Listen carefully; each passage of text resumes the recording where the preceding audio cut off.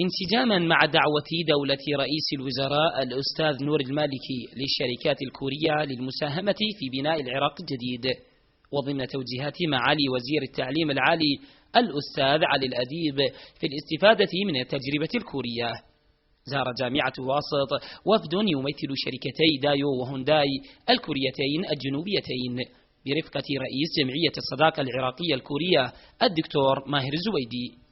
وكان في استقبال الوفد الزائر الأستاذ الدكتور جواد مطر الموسوي رئيس الجامعة، وبحضور مساعد رئيس الجامعة للشؤون العلمية الأستاذ المساعد الدكتور مناف عبد حسن، وعميد كلية الهندسة الدكتور علي ناصر، ومدراء أقسام الهندسية والقانونية والإعلام والعقود الحكومية.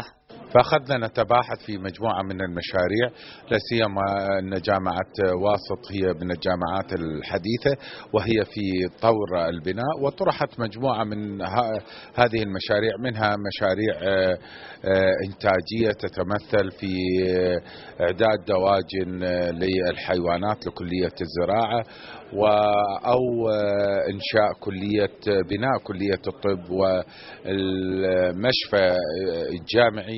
وأيضا طرحنا مشاريع أخرى في المجال الخدمي، وقد أبدأ الجانب الكوري استعداده وارتياحه لزيارته لجامعة واسط، وتفاجأ بالطفرات النوعية الواضحة في المجال العمراني، وشرحنا له التطور الحاصل في المجال العلمي، وقد أثنوا على هذه الطفرات الواضحة. طرحنا بعض الآراء، منها التعاون العلمي اللي على مستوى البعثات، على مستوى تدريب الأساتذة والطلبة، على مستوى الدراسات البحثية، واقترحنا أنه المدينة الطبية تكون من خلال شركاتهم بنايتها.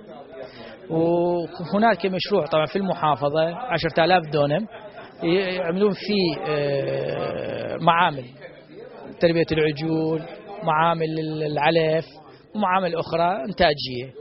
فإحنا اقترحنا أن يكون كلية الطب البيطري وكلية الزراعة في نفس هذا الموقع، وإن شاء الله راح نتخاطب مع أخواننا في مجلس المحافظة، ونتمنى أن يضيفون هالمشروعين ضمن هالمشروع الرئيسي، والعمل يكون بالآجل ومن خلال مجلس المحافظة. وقد تم الاتفاق مع الجانب الكوري على بناء علاقة وطيدة في مجال الإعمار والمساهمة في استكمال مشاريع المدينة الجامعية وبناء المدينة الطبية التي من المؤمل إنشاؤها العام المقبل ضمن خطة المحافظة مشاريع تنمية الأقاليم، والتي تشمل مشروع كلية الطب وبناء مستشفى تعليمي يتسع ل400 سرير، وإمكانية إقامة مكتب استشاري مشترك بين الجانبين يقدم خدماته للمحافظة والجامعة في مختلف المجالات. كذلك تم الاتفاق على تسهيل عقد اتفاقيات توأمة علمية مع الجامعات الكورية الرصينة من أجل إرسال باحثي وطلبة جامعة واسط لإكمال دراساتهم العليا ومشاريعهم البحثية في كوريا الجنوبية.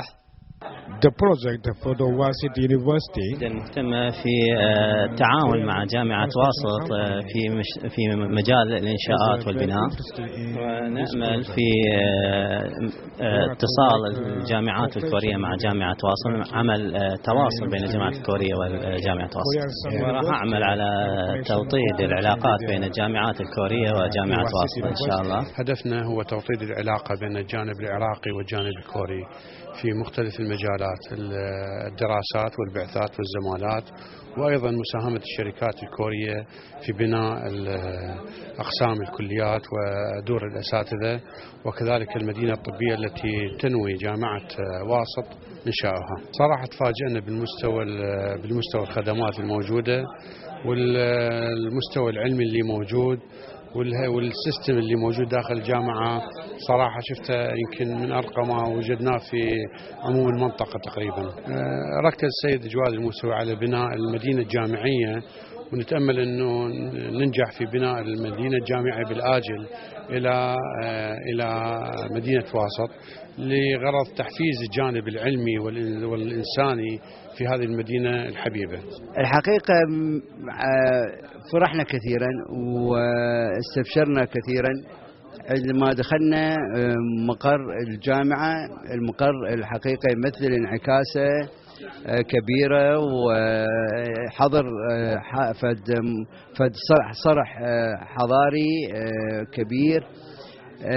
هاي المدينة يعني نجحت في إقامة هاي الجامعة، بناء متميز، والدرجات العلمية التي يحصل عليها الطالب الحقيقة، والبرنامج الدراسي اللي سمعناه وشفناه من السيد رئيس الجامعة مشكورا، ومن السيد الدكتور المساعد رئيس الجامعة، ومن المحاضرين الأساتذة المهندسين، برنامج متطور ومتقدم. والمشاريع الحقيقة القادمة اللي راح تنفذها الجامعة وتسعى إلى تقديمها حقيقة مشاريع نفخر بها، وأن تقييمها حقيقة متميز، وراح أتصور راح تنقل الجامعة إلى مركز حضاري وعلمي متطور في هذه المنطقة الحقيقة. الجانب الكوري عبر عن سعادته وفرحته بهذا اللقاء، شاكرا القائمين على جامعة واسط من أجل نقل التجربة الكورية الجنوبية في مجال الإعمار والبناء إلى العراق الجديد. لقناة الجامعية الفضائية، يونس مهدي، جامعة واسط.